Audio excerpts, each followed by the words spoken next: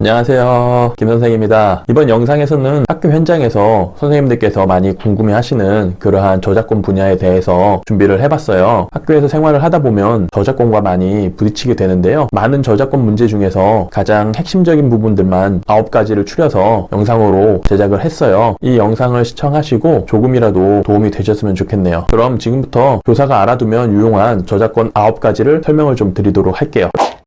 첫 번째는 스트리밍 뮤직인데요. 방송반 학생들이 점심시간에 멜론을 이용해서 학생들에게 노래를 틀어주는 경우가 많이 있는데요. 이처럼 멜론을 이용해서 방송반 아이들이 스트리밍으로 노래를 틀어주는 건 괜찮을까요? 결론은 괜찮아요. 이유는 뭐냐면 저작권법에서는 학생들이 돈을 받지 않고 스트리밍 뮤직을 재생하는 것에 대해서는 예술 문화의 확산 차원에서 합법적으로 규정을 하고 있어요. 축제에서 학생들이 공연을 할 때에도 마찬가지고요. 길거리에서 사람들이 버스킹 공연도 할 수 있는 거예요. 그렇기 때문에 점심시간에 멜론이나 벅스, 지니뮤직, 플로우 등을 이용해서 방송반 아이들이 마음 편히 재생을 할 수 있도록 안내를 해주시면 좋을 것 같아요. 두 번째는 수업 목적으로 영화를 틀어줘도 되는지예요. 결론은 조건에 맞게 틀어주시면은 아무런 문제가 되지 않으세요. 일단은 수업 목적에 맞는 그러한 영화이어야겠죠. 그리고 합법적으로 구매를 한 DVD를 틀어주셔야겠죠. 학생들이 불법으로 인터넷에서 다운받은 영화를 틀어주시는 거는 저작권 침해의 문제가 있어요. 그리고 상영 중인 영화들을 간혹 학생들이 가지고 오는데요. 이러한 상영 중인 영화를 재생을 하셔도 저작권 침해 행위에 해당이 돼요. 그리고 또 참고하셔야 할 부분은요. 이제 막 DVD로 출시한 최신 영화를 틀어주시는 것도 마찬가지로 저작권 침해 행위에 해당이 돼요. 그래서 한국저작권위원회에서는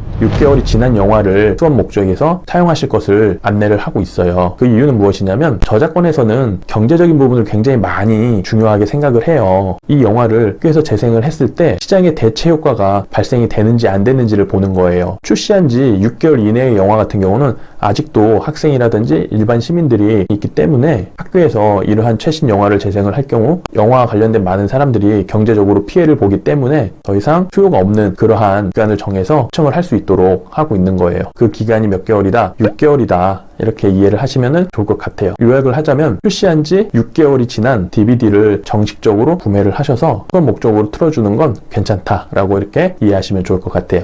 세 번째는 카카오 지도를 가정통신문에 이용해도 되는지예요. 간혹 학교 행사를 가정통신문을 통해서 알려야 하는 경우가 있는데요. 이때 지도가 필요한 경우가 있어요. 그런 경우에 카카오 지도나 네이버 지도를 이용해서 가정통신문을 제작을 하고 배포를 해도 되는지 많은 분들께서 궁금해 하세요. 결론을 설명을 드리면 일정 조건만 충족시키면 사용이 가능하세요. 이 조건이란 건 어떤 조건이냐면요. 지도 내에 출처를 표시를 해주시면 저작권법 제35조의 3에 의해서 공정한 인용에 해당이 돼요. 따라서 지도를 사용을 하실 때에는 전체 화면을 캡처를 하셔서 카카오 맵이라든지 네이버 맵에 상표가 보여지도록 해서 출처를 사람들이 알 수 있도록 해주시면은 아무런 문제 없이 사용을 하실 수가 있어요. 그런데 여기서 잠깐 한 가지 팁을 알려드리면요. 나는 지도 전체가 필요가 없고 가는 길이 표시된 일부 영역만 있으면 된다 하시는 분들이 계실 거예요. 이런 경우에는 상표가 빠지게 됨으로써 출처 표시가 되지 않는데요. 이럴 때에는 간단하게 상표를 지도 위에 붙여넣기 하셔서 이용을 하시면 돼요. 그리고 카카오맵의 경우는 공식 블로그가 있는데요. 이곳에 가시면 카카오맵 상표를 다운받아서 사용을 하실 수가 있어요. 네 번째는 단체 카톡방이나 밴드에서 수업 자료를 공유해도 되는지예요. 결론을 먼저 말씀을 드리면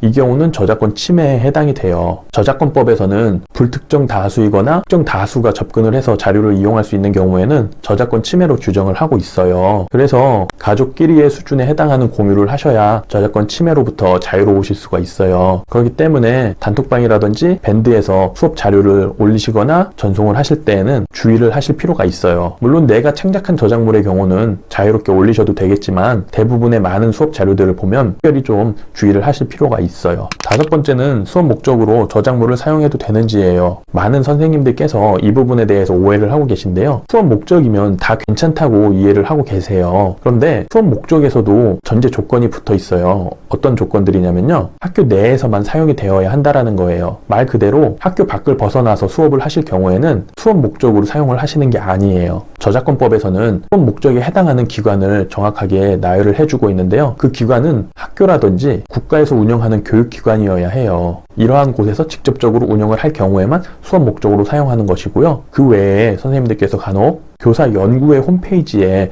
수업 목적이라고 하시면서 자료를 업로드를 하셔서 공유를 하시는데요. 이런 경우도 명백히 저작권 침해 행위에 해당이 돼요. 물론 선생님들께서 수업 시간에 사용을 하기 위해서 공유를 하신 자료이긴 한데 불특정이나 특정 다수가 접근을 하게 될 경우에는 저작권 침해에 해당이 돼요. 그리고 또 한 가지 조건은 무엇이냐면요. 경제적인 침해가 적어야 해요. 예를 들면 선생님들께서 수업 시간에 특정 문제집의 문제들을 일부 설명을 해주는 건 괜찮은데 이 문제집을 통으로 한 권을 다 이렇게 복사를 해서 학생들에게 배포를 할 경우에는 학생들이 문제집을 사지 않아도 되는 이러한 경제적인 대체 효과가 발생을 하기 때문에 아무리 수업 목적이라고 해도 저작권 침해로 간주가 돼요. 그렇기 때문에 수업 목적으로 사용을 하시기 전에 반드시 전체를 제공을 해서 경제적으로 대체 효과가 발생하는지 안 하는지를 판단을 해보시면 꽤 저작권 문제로부터 자유로워지실 수가 있을 거예요. 덧붙여서 하나를 더 설명을 드리면 전체를 사용을 할 수밖에 없는 부득이한 경우는 예외를 두고 있어요. 전체를 사용할 수밖에 없는 그러한 경우는 어떤 경우냐면요. 시와 같이 짧은 문장의 어문 저작물 그리고 사진과 같이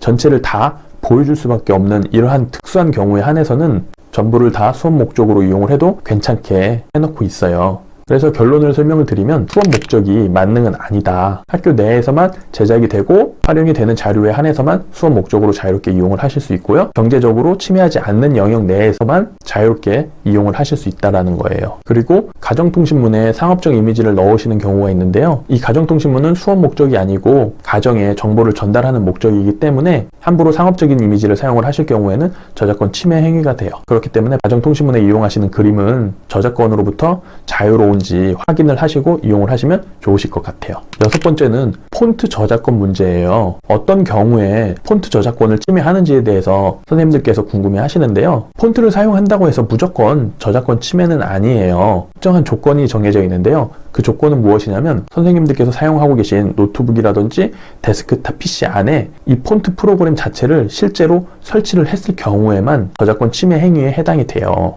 그럼 여기서 또 한 가지 궁금해 하시는 점이 있는데요. 수업 목적으로 폰트를 사용을 하는데 왜 그건 불법이냐라고 이렇게 질문을 하시는 분들이 계세요. 이 부분도 마찬가지로 앞에서 설명을 드렸던 부분하고 유사한 맥락이에요. 무엇이냐면 경제적으로 대체 효과가 너무 크기 때문에 그래요. 저작권법에서는 소프트웨어의 경우는 조금 특별한 경우로 취급을 하고 있어요. 선생님들께서 주변에 길거리를 돌아다니시다 보면 만화책 대여방은 많이 보셨을 거예요. 그런데 소프트웨어 대여방은 한 번도 보신 적이 없으시죠? 그 이유가 뭐냐면 소프트웨어는 대여를 해줬을 경우에 기업들이 큰 타격을 입게 되기 때문이죠. 만화책의 경우는 사람들이 빌려가서 읽고 나서 다시 반납을 할 경우 그 책이 그대로 반납이 되지만 소프트웨어의 경우는 한번 컴퓨터에 설치를 하면 CD를 반납을 해도 아무런 의미가 없죠. 그래서 업체들이 요즘 사용하고 있는 방식이 있죠. 월 일정 금액을 지불을 하면 클라우드상으로 소프트웨어를 사용할 수 있게 해주는 거예요. 이게 어떻게 보면 일종의 소프트웨어 대여방과 같은 그러한 역할을 하는 거라고 보시면 돼요. 그리고 폰트 자체를 수업 목적에서 이용을 하지 않으세요. 예를 들어 윤동주 시인의 서시를 수업 시간에 학생들하고 다루려고 해요. 그런데 특정 폰트가 예쁘다고 해서 그 서시를 특정 폰트로 표현을 하고 학생들하고 수업을 진행을 하시는 거예요. 그런데 이때 이 특정 폰트는 윤동주의 서시하고는 아무런 연관이 없는 그러한 상황이죠. 다른 폰트를 이용해서 윤동주 시인의 서시를 표현을 하고 수업을 운영하는데 아무런 문제가 없어요. 그렇기 때문에 이러한 폰트는 우리가 함부로 사용을 하시면 안 되는 거예요. 간혹 정말로 이 폰트 자체를 연구하기 위해서 수업 시간에 활용을 해야 하는 경우가 발생을 한다면 이미지로 캡처를 해서 수업 시간에 이용을 하시면 돼요. 지금 화면에 보시면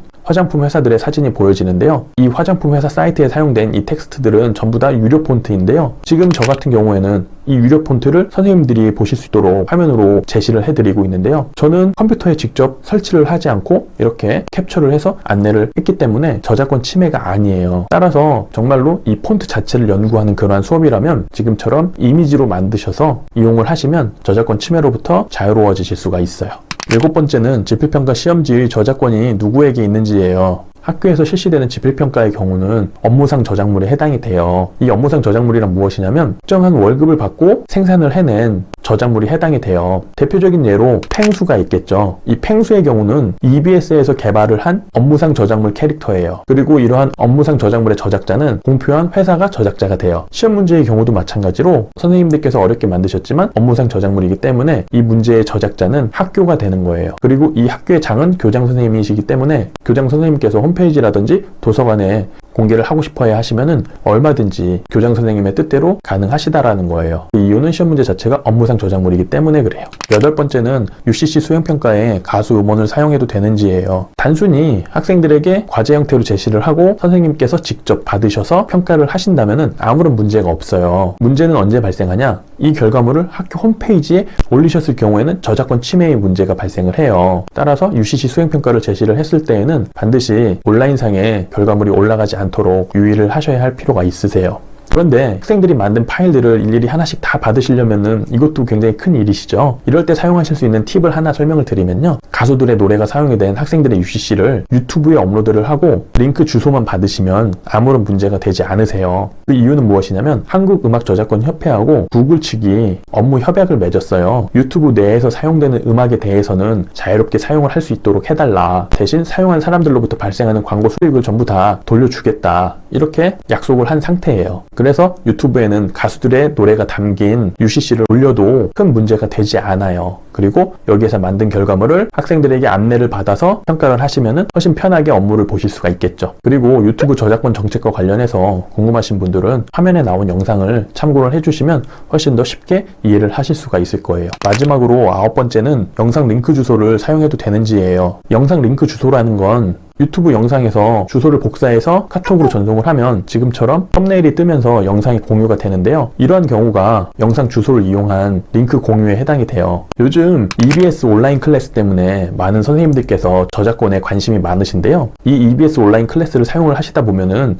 영상에 대한 링크 주소를 입력할 수 있게 되어 있어요. 그런데 이 부분에서 저작권 침해인지 아닌지에 대해서 많은 분들이 궁금해하고 계세요. 결론을 말씀을 드리면 단순히 영상의 주소를 사용을 하는 건 저작권 침해가 아니에요. 이 부분은 이미 대법원에서도 저작권 침해가 아닌 걸로 이렇게 판결이 났어요. 그렇기 때문에 외부의 영상을 주소로 입력을 하시는 것은 저작권 침해가 아니기 때문에 편하게 이용을 하시면 되세요. 그런데 이 부분에서 한 가지 유의를 하셔야 하는 부분은요. 영상을 직접 다운받으셔서 업로드 하실 경우에는 복제권과 전송권 침해에 해당이 되세요. 그렇기 때문에 반드시 영상의 링크 주소를 이용을 하셔서 수업에 활용을 해주셔야 해요. 이렇게 해서 이번 영상에서 교사가 알아두면 유용한 9가지 저작권에 대해서 설명을 드렸는데요. 선생님들께 조금이나마 도움이 됐으면 좋겠네요. 마지막으로 영상을 시청해 주셔서 감사드리고요. 다음에 다른 영상으로 또 찾아뵙도록 하겠습니다.